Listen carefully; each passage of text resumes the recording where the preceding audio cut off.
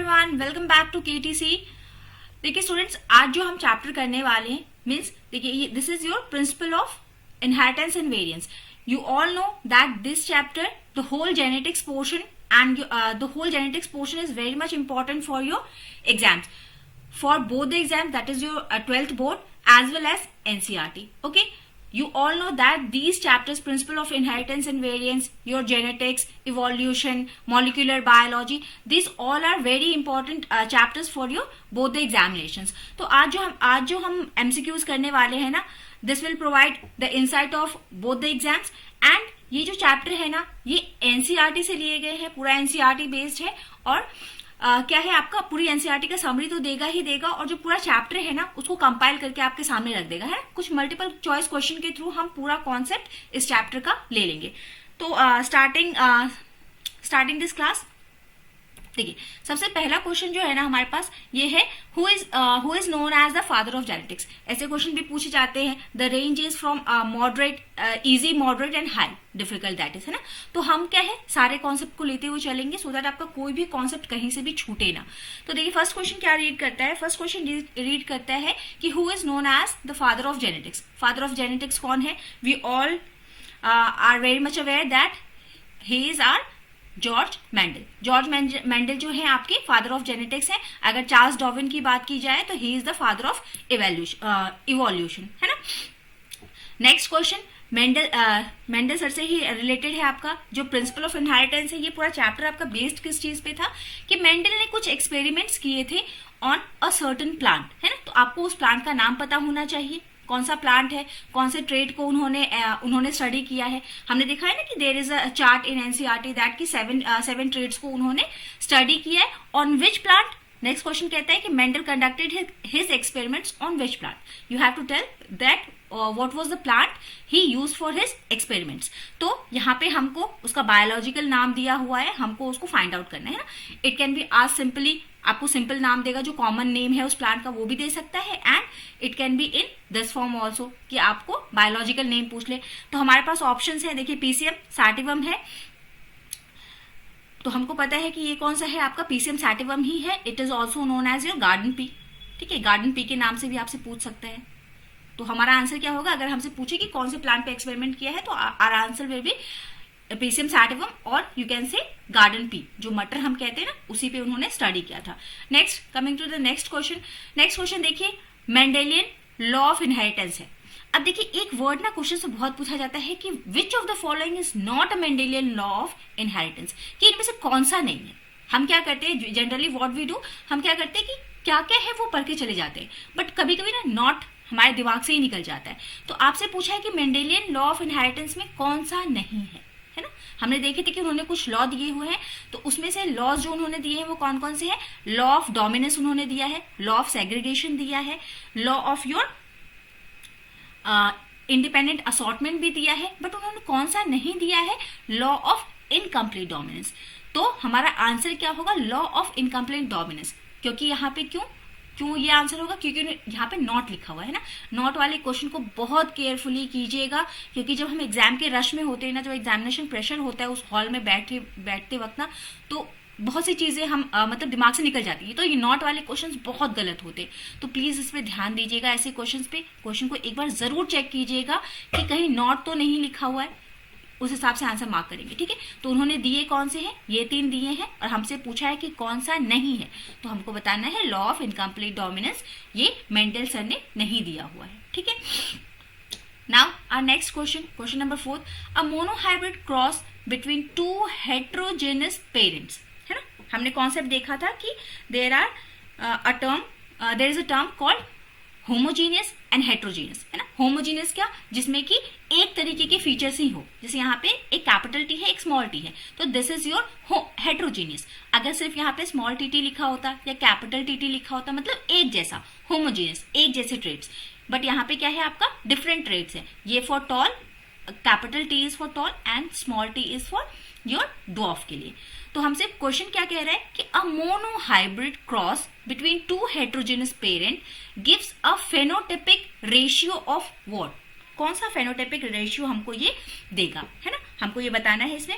तो हमारा आंसर क्या हो जाएगा, हमसे ऑप्शन है हमारे पास 3:1, 1:2:1, 9:3:3:1 एंड 1:1। हमको ये ऑप्शंस है। तो हमारे इसके लिए देखिए, एक चीज होगी मोनोहाइब्रिड क्रॉस और एक होती है डाईहाइब्रिड क्रॉस। और यहाँ पे अगर टर्म करें तो एक होता है हमारे पास होमोजीनियस पेरेंट्स और एक होता है हेट्रोजीनियस पेरेंट। दोनों के टर्म्स में आपके आंसर्स क्या है, अलग हो सकते हैं। किसी भी तरीके से क्वेश्चन आपसे पूछ सकता है, तो इसके लिए हम प्रिपेयर्ड रहेंगे। फिलहाल इसका आंसर क्या है आपका, अगर मोनोहाइब्रिड मतलब सिर्फ एक ट्रेड को हम स्टडी कर रहे हैं ना, सॉरी मोनोहाइब्रिड मतलब सिर्फ एक जैसे हाइब्रिड्स को हम क्रॉस करा रहे हैं जिसमें फीचर्स एक जैसे हैं, मोनो है ना, ओनली वन ट्रेड को हम स्टडी कर रहे हैं।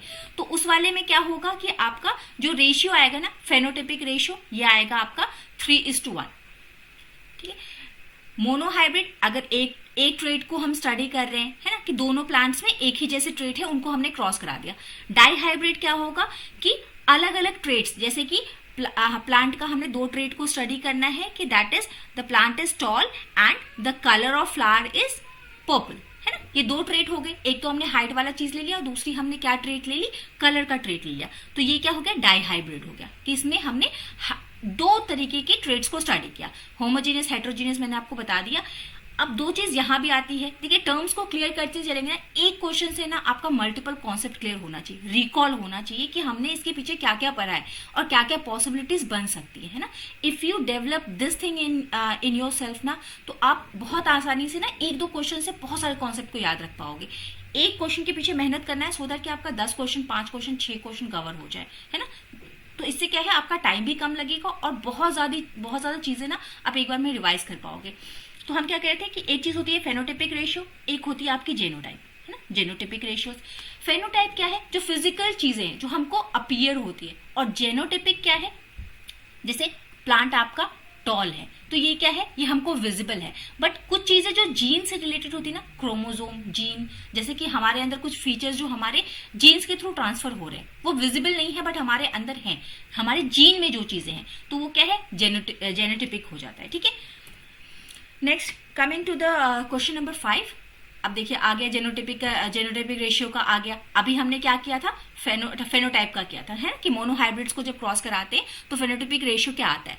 अगर हमसे यही अगर क्वेश्चन ऐसे घुमा के पूछे कि मोनोहाइब्रिड क्रॉस अगर कराया जाए तो उसका जेनोटाइपिक रेशियो क्या होगा, तो हम हमारा उसमें आंसर क्या हो जाएगा, इट विल बी आर 1:2:1। ठीक है, अगर जेनोटाइप पूछा है तो 1:2:1, और यहीं पे अगर जेनोटाइप ना लिख के फेनोटाइप लिखता हमसे हमारे लिए क्वेश्चन में, तो हम क्या देते हैं आंसर, दिस 3:1 रेशियो में। नाउ नेक्स्ट क्वेश्चन नंबर 6 हमसे कहता है कि a dihybrid cross between 2 heterogeneous parents. 2 heterogeneous parents हैं, उनका अगर डाईहाइब्रिड क्रॉस कराया जाए तो it will give a phenotypic ratio of what. 2 चीजें हमसे, अभी हमने मोनोहाइब्रिड्स वाला किया, अब डाईहाइब्रिड मतलब क्या कि 2 अलग अलग फीचर्स हैं, 2 अलग अलग ट्रेड्स को हम स्टडी करने वाले क्रॉस करवा के। तो पेरेंट्स कैसे हैं आपके, हेट्रोजेनस पेरेंट्स हैं एंड डाईहाइब्रिड क्रॉस कराया गया है, तो उसका फेनोटाइपिक रेशियो हमको बताना है। तो इट विल बी, आपको ऑप्शंस है 9:3:3:1 का, 3:1 का, 1:2:1 एंड 1:1। क्या होगा फेनोटाइपिक रेशियो, तो फेनोटाइपिक रेशियो इसमें हमारा क्या आ जाएगा answer, 9:3:1। Okay, clear. Now next question, question number 7। Question number 7 कहता है कि the incomplete dominance is seen in which of the following examples.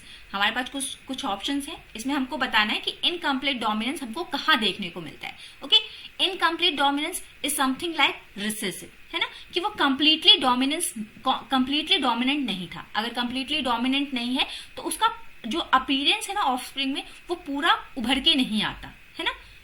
It will be in something middle, मतलब पूरा कंप्लीट अगर डोमिनेंट होगा, या तो चीजें, या तो एक्सप्रेशन कैसे आते हैं हमारे, या तो प्योरली डोमिनेंट होगा तो क्लियरली विजिबल होगा हमारे अंदर, है ना, ऑफस्प्रिंग्स के अंदर क्लियरली विजिबल होगा। और एक चीज होती है रिसेसिव, अगर रिसेसिव ट्रेट रहा तो कभी भी सामने उभर के नहीं आता, है ना, इट विल बी इनसाइड। जैसे कि आपका डायबिटीज है ना, तो डायबिटीज किस तरीके का है, एक रिसेसिव ट्रेट है, क्योंकि वो क्या है, जब तक मतलब वो जनरली आपको अपीयर नहीं होता, है ना, रिसेसिव उसका नेचर होता है, तो वो जनरली अपीयर नहीं होता है, it will appear after some time, है ना।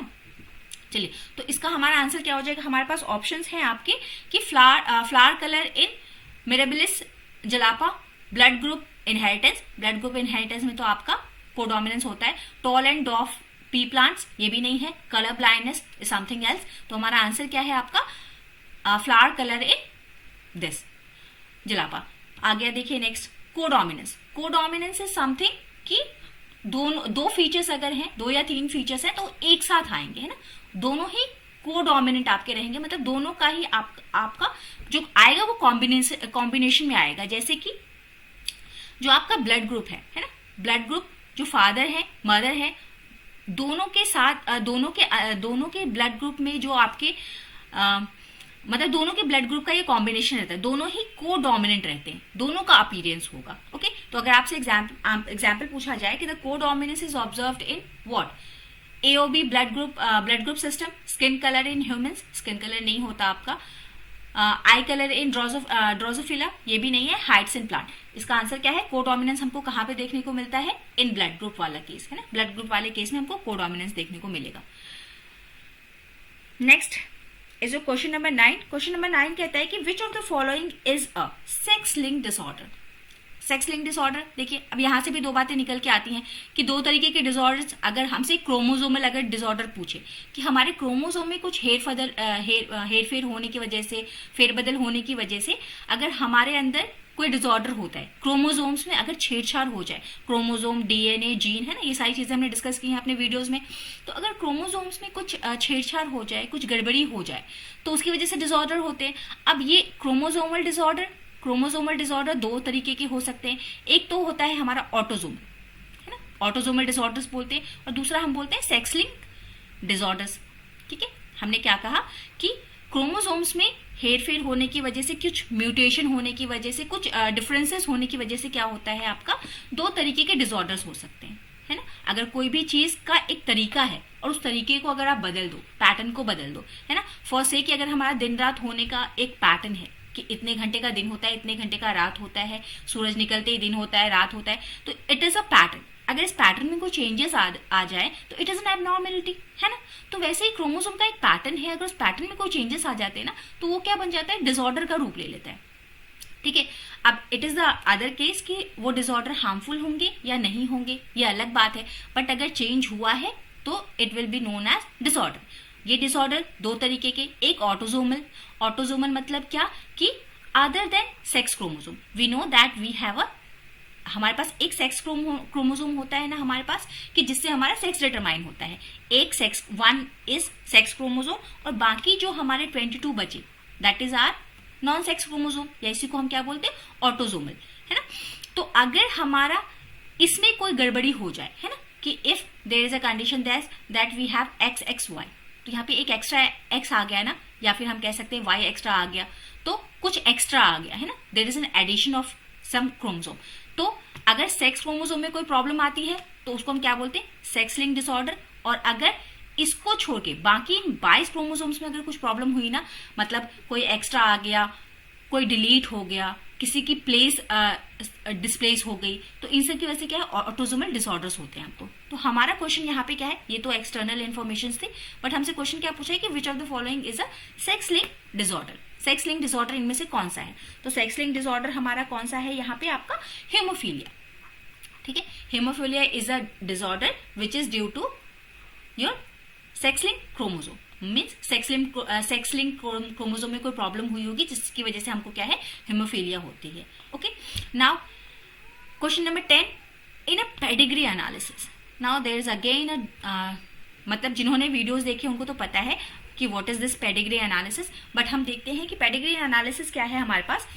पेडिग्री एनालिसिस होता है ना कि जब हम अपनी पूरी हिस्ट्री को, मीन्स हमारे पापा के ऊपर की जनरेशन, दादाजी के ऊपर भी कोई थे, है ना, परदादा हमारे, तो उन सबकी ट्रेड को जब हम स्टडी करते हैं ना, उसका पूरा एनालिसिस करते हैं, तो उसको हम क्या बोलते हैं? पेडिग्री एनालिसिस, है ना। मतलब पूरी फैमिली का हिस्ट्री हम चेक करें कि हमारी फैमिली हिस्ट्री में कहीं कोई प्रॉब्लम तो नहीं थी, तो उससे रिलेटेड ये पेडिग्री एनालिसिस ये होता है। तो पेडिग्री कह रहा है, क्वेश्चन कहता है कि in a pedigree analysis a vertical pattern of inheritance indicates what?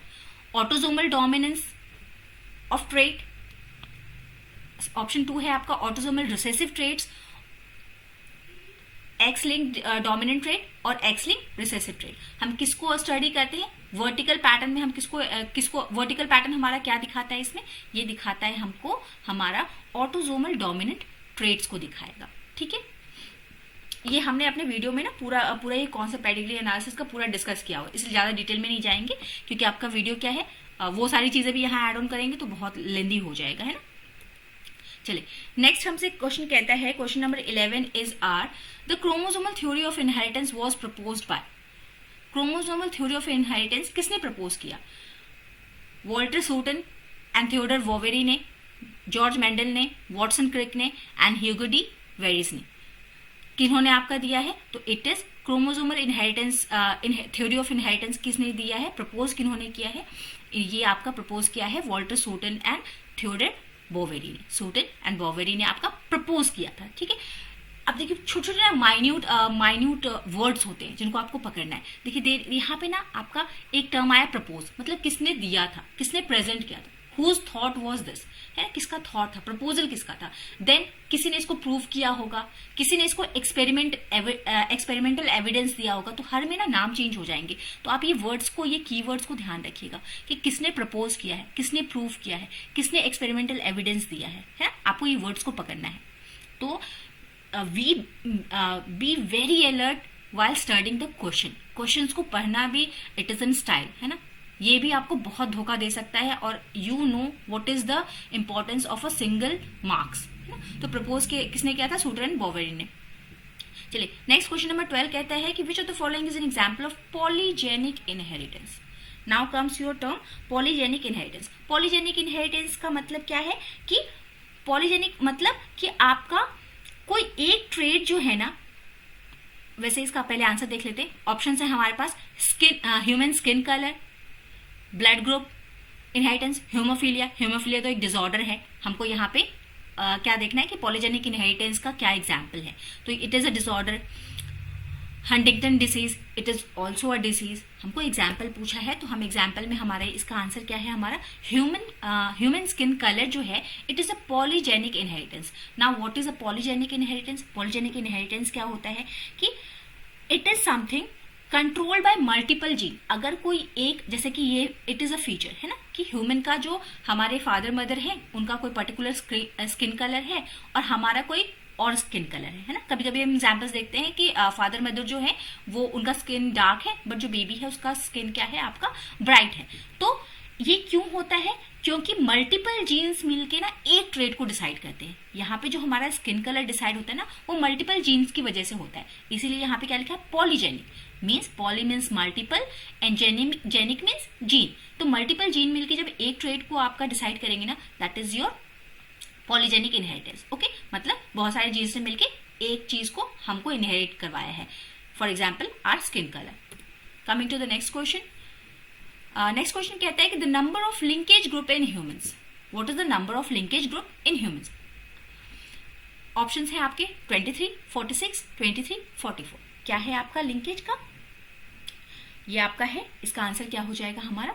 23। हमारे पास नंबर ऑफ लिंकेज ग्रुप्स कितने होते हैं ह्यूमन में? 23 होते हैं। अब व्हाट इज दिस लिंकेज? अब पहले तो एक चीज देखिए कि linkage is a word, linkage and recombination, there is a term in your NCERT.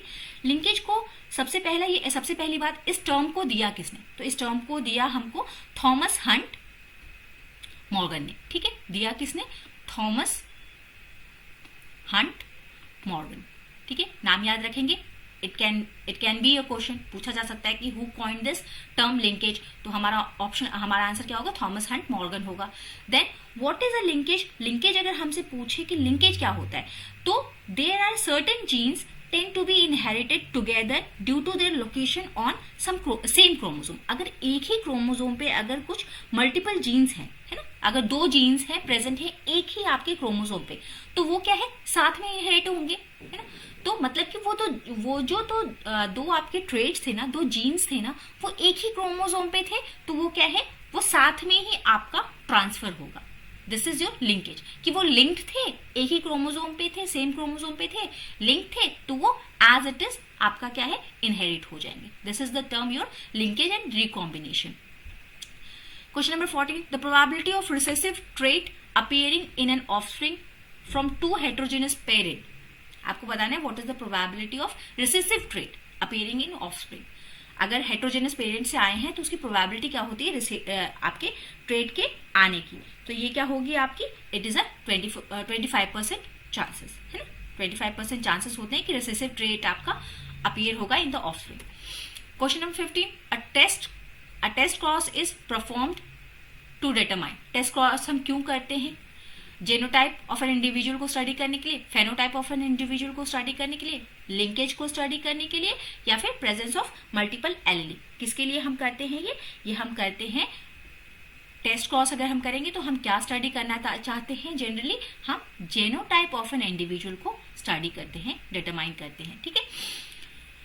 Question number 16 कहते हैं which of the following represent the multiple allelism, है ना, multiple allelism, single allelism, allelism is what, trait, ठीक है, एलिली is for your trait, जो एलिली term है किसके लिए आता है आपका, ट्रेट के लिए।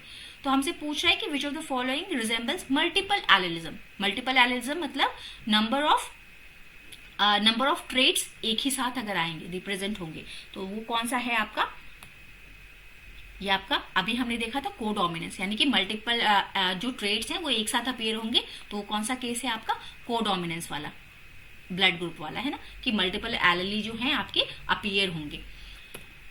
नेक्स्ट क्वेश्चन, देखिए आज ना क्वेश्चन हम 20 ही रखेंगे, there are question but I think the video will be too lengthy, है ना, तो आप इतने को डाइजेस्ट करेंगे, इतने के बेसिस पे अगर कोई क्वेश्चन आपका गलत हो रहा है तो प्लीज दोबारा से जाके एनसीईआरटी प्रेफर करें, don't forget to read NCERT multiple times, है ना, क्योंकि देखिए देयर वाज अ स्टूडेंट जो प्रीवियस इससे पहले जो डाली है ना, उसमें एक स्टूडेंट को एक वर्ड पे कंफ्यूजन हुआ, सो उसने मुझे करेक्ट किया, this is a very good thing because the student is reading line by line, it is a very good thing, but आप लाइन बाय लाइन रीड करते हो ना, तभी भी क्या है, देयर इज अ चांसेस कि आपसे कुछ छूट जाए, है ना, या फिर कुछ आपके दिमाग में कुछ अलग फीड हो जाए, तो please do study NCERT at least 2 to 3 times, है ना, क्योंकि जितनी बार आप रीड करोगे ना नई चीजें निकल के आएंगी। तो आप 20 क्वेश्चंस हम कर रहे हैं यहाँ पे, आप इन 20 क्वेश्चंस को देखिए, अगर सारे करेक्ट हुए हैं it is a very good thing, और अगर कुछ गलत हुआ है तो प्लीज एक बार फिर से टेक्स्ट बुक को आप प्रेफर करें, ठीक है।